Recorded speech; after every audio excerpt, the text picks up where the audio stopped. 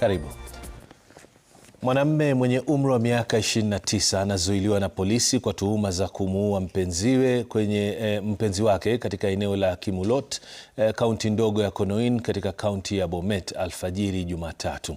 Kulingana na ripoti za polisi, mshukiwa anayejulikana kama Charles Korir kutoka kijiji cha Chepkitach anadaiwa kumuua mpenziwe Cynthia Chepkoech mwenye umri wa miaka 25 alipotaka kusitisha mahusiano yao. Maafisa wa polisi walitembelea eneo la tukio na wakapata mwili wa marehemu ukiwa ndani ya nyumba ya mshukiwa. Uchunguzi wa awali unaonyesha kuwa huenda marehemu alinyongwa.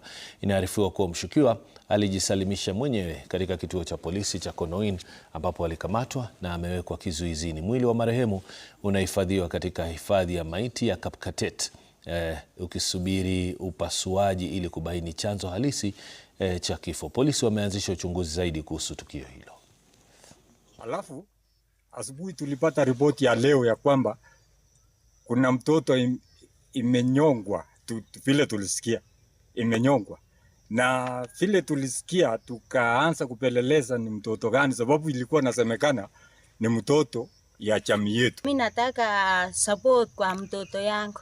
Mtoto yangu ni moja na iko na mtoto yake, na nataka postmortem kwa mtoto yangu. Amewawa na huyo msichana alikuwa na kijana mdogo. Hata tulisikia tu tulikuwa na uoga.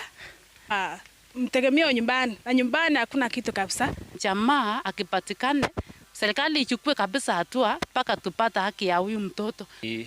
Tulipata tu kwamba kuna waya ya aerial, ile